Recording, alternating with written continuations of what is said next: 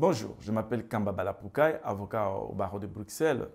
Cette vidéo est une série de plusieurs vidéos que je mets en ligne sur ma plateforme, que je vous demande de vous abonner massivement pour bénéficier gratuitement des conseils et d'informations pouvant vous permettre d'éviter de tomber dans des procédures judiciaires auxquelles vous n'avez même pas pensé.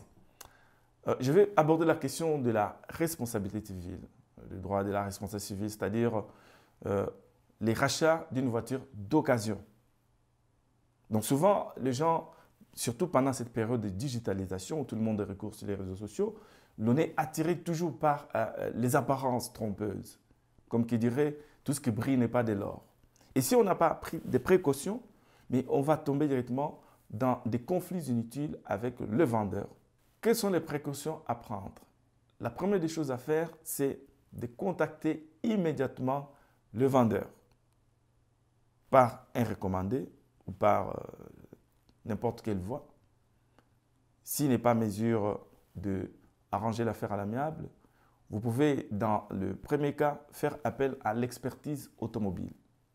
Vous faites le recours à l'expertise automobile et s'il n'est toujours pas d'accord que le bien était entaché de vices cachés, vous devez maintenant lui faire ce qu'on appelle une mise en demeure, pouvant lui demander de pouvoir vous restituer le montant qui a été déboursé pour l'achat de la voiture en lui accordant un délai raisonnable. Et si toujours il persiste, en ce moment-là, vous allez vous retrouver devant le tribunal en responsabilité civile pour demander la réparation et la restitution du bien, de l'argent qui a fait l'objet de la vente. Et cette procédure ne doit pas dépasser 2 ans ou 6 mois après l'expertise automobile. Sinon, vous serez immédiatement débouté.